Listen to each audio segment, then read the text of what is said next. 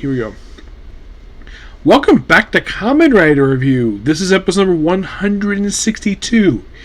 Yeah, it's been a while. It's been like about a month, since, like a little over a month since I last talked about a Kamen Rider series.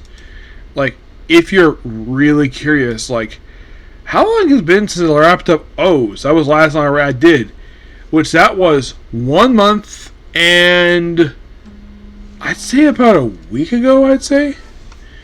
Yeah, I think it's been like a month and a week since I actually did a Kamen Rider series. Of course, this time I'm talking about Kamen Rider Ryuki. Yes, I purchased this from Amazon. This surprisingly, like, get this.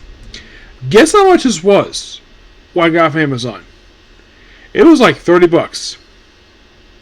I'm like, wow. For a tokusatsu series costing that much. I'm like, interested. You got me sold. So, those of you who may have seen this writer before, well, mostly put on American television. Because the footage of the series was used for the TV show Kamen Rider Dragon Knight. Yes, I have not seen Dragon Knight, but I have seen that this actually was the, a little fun fact, this was the second and last known Kamen Rider series that was adapted to American television. As for why they haven't done it anymore, I don't know. Mass Rider was hilariously bad, but at least basically they give Shadow Moon better sitting off. Shadow Moon was something else better. Me. Yeah, it was hilariously bad. I don't know how it is with Dragon, because I think I remember seeing. I remember seeing. I think at the time when I was watching some Power Rangers, I may have seen some commercials for Dragon Knight, but never sat down to watch it. Never did. And here I am reviewing the show that basically had this footage came from. Now here's something interesting though. Sentai has had like adapted for a lot of seasons. Here's a little fun fact for you when it comes to Metal Heroes. Guess how many Metal Heroes series out of these 17 that have ever been released, guess how many have ever been adapted for American television? The answer is 5. Metalder, Spielbahn, Space Sheriff Snyder, and the last 2 that officially were Metal Hero series. Nothing else ever has been. Nope. Never has been. Now, why in the world Mass Rider chose basically like RX for its footage? No, they also took footage from the movies that came before then. Yeah. But here we're talking about Ryuki. So this show came out in 2002, which was 23 years ago. And if I can tell visually, the show itself looks like it's using the same cameras that they used in Kuga. I'm like, makes sense? Yes, I did see it's a little bit over in Nagato, but visually it looks virtually the same as they did over in Kuga. Very similar. Except at some points, it felt as though like I'm watching like a handheld, a small handheld, basically the best way to describe it, it's like watching a homemade movie in some shots. It doesn't look like it ages very well. I love the story for it that they have for it so far. I mean, what story we have for it. So, we have people disappearing, and it's revealed next episode the reason for it. So, by the way, our writer is not introduced until like about 10 minutes into the first episode. We start off with this woman arriving home, possibly from work or shopping. She comes home and there's this mysterious thread thing around her neck. Now, she does kind of know so when she looks in the mirror, but she can't see it from her end. It's not because basically she can't see because on her neck. The reason why, because of only a reflection. And she starts pulling out and nothing is there. And then she touches the mirror. And it becomes gooey. And then she sees a monster in the mirror. Now, this is an old technique that I appreciate the fact they actually use this, where it's like, oh, there's a monster behind you. You look behind you and like there's nothing there. And then the monster comes on the mirror and drags her in. Now, yes, basically, this is something sometimes even US love doing. The whole mirror swapping trick. Something that would actually be used for just a standalone episode in Geki Ranger. Not a major plot device. So, there's one's apartment, and of course, by the way, there are peanut porter juice here. Her name is Remco, and she works for this Paper Nosy Orc journal. And it only has 4 people there. You have the editor, you have Remco, what appears to be the webmaster / secretary of the place, which of course she's asked by the editor to change his photo on the website because that was from from a party they went to, where he's wearing nothing but, or he's basically he's wearing shirtless without a tie, which is a tie on. And then we're finally introduced to our lead character, Sanji Kiddo. That's his name, Sanji Kiddo, a man with a mullet, which probably makes him the first writer I've seen in a while to actually have like long hair. If you're really curious, what was the Cougar have long hair? No, not that I can think of it. You get the pretty short, but it's now you think. What about Agato? What I saw briefly of Agato before I put on hiatus. His hair was pretty short. And you see him. What appears to be pretty warm weather, mind you, but probably it's freezing cold. He's wearing like basically a zip-up sweater, and apparently his motorcycle was involved in an accident where a truck hit his motorcycle. It was parked, and they kind of argue over insurance, and excuse me. Then basically he finally leaves and goes to Mio Remiko to apologize, and apparently there's also been a article out there that was released by her where she basically is having where police officers are being arrested for corruption. I'm like, this is a slight different direction from the last series of the show. That you might be thinking, why am I bring up Agato? Because I briefly watched it, because the police were pretty competent there. And the story basically got me lose interest in the show. But I did like basically Agato's suit. And some of the stuff they had in the show, the story, the main characters, he was like very boring to me. I may go back to Adventure So eventually. So, the cops pretty much do nothing in this show. They don't see the monster that's here. Nope. And then we have where Sanji goes to some data. Then he comes across a name. Or comes across an apartment. Then he proceeds to leave. Asks to go into the apartment. Where all the reflective surfaces are covered in newspaper. You're thinking, why the heck is that? And he just pulls them off. And then a dragon comes out of nowhere. Yes, a freaking dragon.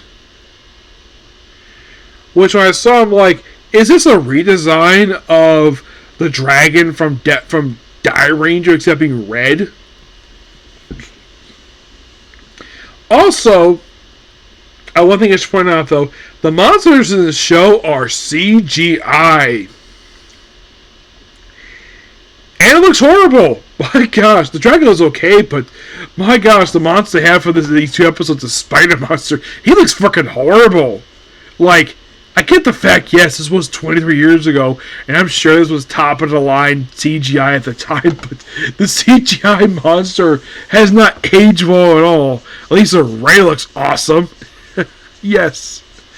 And then we see one person who basically stands in front of a piece of glass, takes out this thing called a deck. So, and then he says, Henshin. Then you're thinking, wait a minute. Why is the lead character saying this first? Why does it have to be some other character? Because he's not been established as a writer yet. And the way it comes to writer is weird. He just picks his stick off the floor of his apartment. And then the dragon starts chasing him. And then he's able to go into the world by touching a car. A black car, which somehow that's reflective. At one point, Remiko's car gets briefly trapped. She doesn't notice the fact the car is covered in freaking webbing. Eventually, she's able to get out of the problem. Like out of there. Not out of the car, but out of the spot. So then, of course, they go in there, and of course, he transforms into, they'll have a name, it's just basically this black, blank writer, who basically uses his deck, is like, he tried to use his weapons, but nothing works, because he doesn't have a contract with the actual monster yet. Which they mention here, and then, of course, they establish in the next episode, the reason for this is because it allows them to continue fighting in that world for a brief period of time. Because apparently they can't stay in the mirror world very long. Because if they do, if they stay there too long, they die. And then we see this writer, and of course, the woman, the next episode's name is Ray. Ask Sanji, are you a Kamen writer? Which, yeah, that was the first name that ever was mentioned. Now, I should point out, though, in Kuga, in this show, Kuga, in 49 episodes, the words Kamen Rider were never spoken. If you're really curious, did it kind of... I don't remember at all if they did in Nagato, they mentioned the Kamen Rider, but this basically was the first one I did see that did do this. Also, this show is, I believe, like the 12th Kamen Rider series overall, and it is a third under the Heisei era. Yes, the third. Yep, and it's 50 episodes compared to Kuga, which was 49. So, after being explained briefly, of course, the other guy's name, his actual name is Ryu, and he's Kamen Rider Knight. He's kind of like, he's basically that one. He's that guy right there. So, by the way, we actually have a guy named Shiro. Now you're probably thinking, is this guy named partially... Like, when I think of the name Shiro as a character in the Kamen Rider franchise, the first person I think of is V3. Excuse me. Oh, in case you're curious, so... do the Showa era writers show up in the show? Nope. They don't. Because I think the Heisei era wanted to establish their own thing before finally bringing the Showa era writers, and probably also they probably want to give them even the series, even the franchise came back in 2000. They probably want to give them basically like a break, how to do their own thing before they finally bring it back. Because I guess that even though they probably respected the Kamen Rider series, the previous writers, they probably don't want to bring them in just yet because. And here's my theory. The reason why they're not in the show, well, I read they appear here. The reason why is because they just came back, and we don't necessarily be. I guess the writers probably felt as though that they weren't needed here per se. They wanted to establish new audience, so that's the reason why the Showa era writers are not in this show. Well, not in this series, anyways. They never appeared in Kuga. I'd say that the Kamen Rider one who was mentioned. Yeah, he was mentioned as being a teacher at the. Yeah, and also they had many nods to the original series. Like, Kamen Rider number 1 was actually name dropped actually in episode 40 of the show. The fact that the main character is a student at the same university that the original Kamen Rider went to, which I thought was really cool, part of the archaeology department. Here, Sanji is not meant to be in school at all. Now, it's... At this point, anyways, you just have roughly about 6 characters in just this show alone so far. There's no recurring characters at this point. We're just 2 episodes in so far in the show. So eventually, the first time that the spiders will show up by night, and the next episode after Sanji, of course, basically, well, he was sort of docked at pay. He's like, I'm waiting behind my rent, he says. And then he's like, I'm going to investigate. And then the editor is like, go ahead. Basically, because the only thing they have is basically a little disappearance thing. And they theorize that the reason people were disappearing because they're being eaten by the monsters. The reason? Not really known. By the way, the dragon, which they don't name him just yet, he's after Sanji for some reason.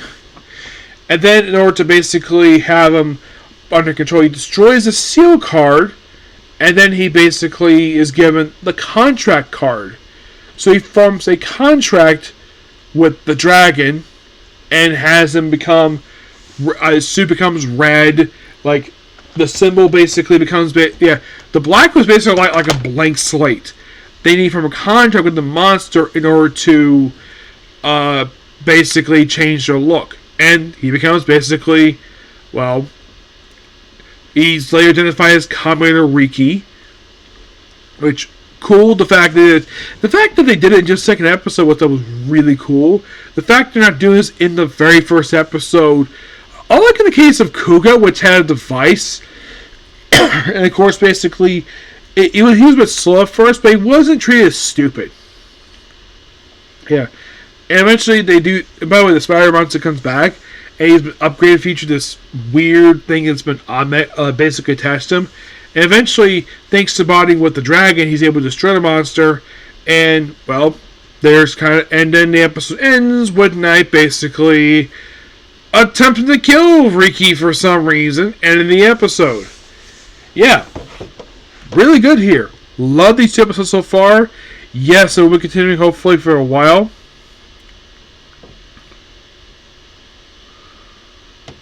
With the show, so there's that. So that's pretty much a particular view. Please hit like, comment, subscribe, turn notifications. Next to the comment corner, it's on to I'll be killing the slimes for your ears maxed out. Okay, see you. Bye.